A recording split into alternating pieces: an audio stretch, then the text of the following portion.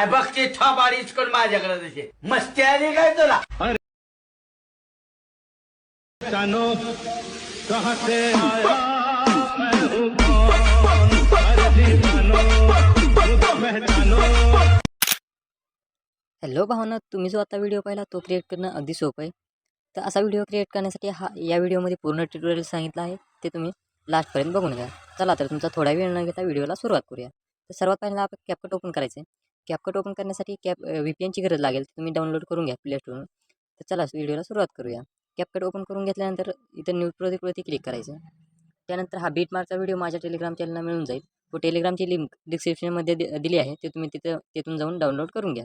तर बीटमार्कचा video add केल्यानंतर इथं आपल्याला असं स्प्लिट करायचं. जिथं बीट 1 आहे, जिथं बीट 2 होईल तिथं असं स्प्लिट करायचं. फोटोवरती क्लिक करायचं आणि स्प्लिट करायचं. नंतर बीट 3 जिथं होईल तिथं स्प्लिट करायचं असं. नंतर बीट 4 जिथं होईल तिथं स्प्लिट करायचं. असे आपल्या पूर्ण बीट दिले आहेत. एकूण 16 बीट आहेत, ते तसं तुम्ही स्प्लिट करायच्यात. नंतर आपले पहिल्या फोटोवरती यायचे व ते रिप्लेस नावाचं ऑप्शन आहे त्यावर क्लिक करायचं. व जो तुम्हाला फोटो लागणार आहे त्यावर क्लिक करून राईटवरती क्लिक करायचं व नंतर फोटो हा असा व्यवस्थित ॲड करून घ्यायचा आहे. नंतर पुढे सेम तसंच करायचं. त्या पुढच्या फोटोवरती जायचं आहे, रिप्लेसवरती जायचं आहे व यावर क्लिक करायचं आहे व फोटो व्यवस्थित ॲड करून घ्यायचा आहे.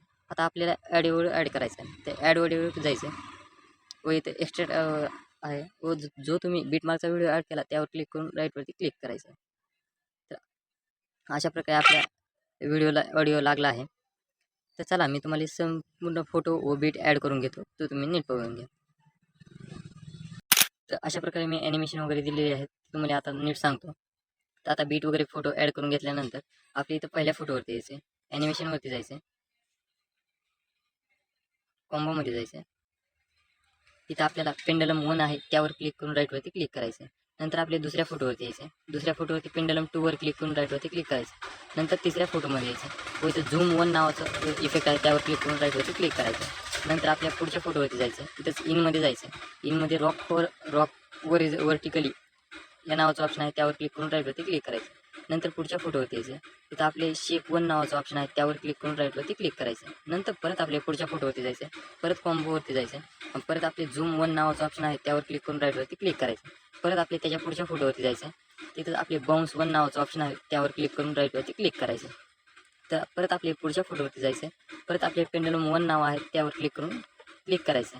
परत पुढच्या फोटोवरती जायचं. पेंडलम 2 हे ॲनिमेशन आहे त्यावर क्लिक करून राईटवरती क्लिक करायचं. परत त्याच्या पुढच्या फोटोवरती जायचं. तिथं झूम 1 आहे ते त्यावर क्लिक करून राईटवरती क्लिक करायचं. परत पुढच्या फोटोवरती जायचं. पुढच्या फोटोवरती गेल्यानंतर इनमध्ये जायचं. तिथंच आपले रॉक वर्टिकली हे नावाचं ऑप्शन आहे त्यावर क्लिक करून राईटवरती क्लिक करायचं. परत पुढच्या फोटोला आपल्या स्विंग बॉटम हे ॲनिमेशन द्यायचं व त्यावर राईटवरती क्लिक करायचं. परत पुढच्या फोटोवरती जायचं. तिथं स्विंग बॉटम यावर क्लिक करून राईटवरती क्लिक करायचं. परत आपल्या पुढच्या फोटोवरती जायचं. परत कॉम्बोमध्ये जायचं.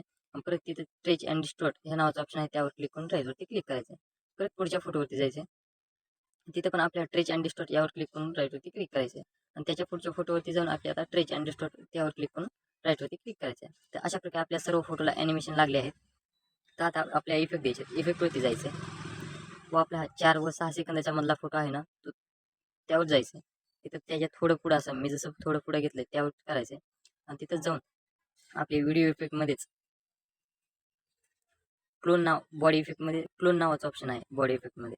तिथंच आपल्या पहिल्यांदा क्लोनमध्येच पहिल्या ह्याच्यावर नाव आता डोकुलायझर असं काहीतरी आहे त्यावर क्लिक करून राईटवरती क्लिक करायचं. त्याची लेंथ त्याच फोटोवरती थोडी. आता त्याच्या पुढच्याच फोटोवर जायचं आहे आपल्याला. इथेच आपल्याला व्हिडिओ इफेक्टमध्ये जायचं नाही, सॉरी, बॉडी इफेक्टमध्ये जायचं.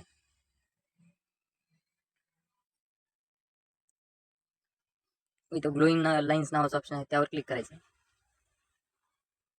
व इथे आपल्या फायरफ्लाय यावर क्लिक करून राईटवरती क्लिक करायचं व त्याची पण लेंथ ह्याच फोटो एवढी ठेवायची. तर अशा प्रकारे आपला पूर्ण व्हिडिओ झालेला आहे.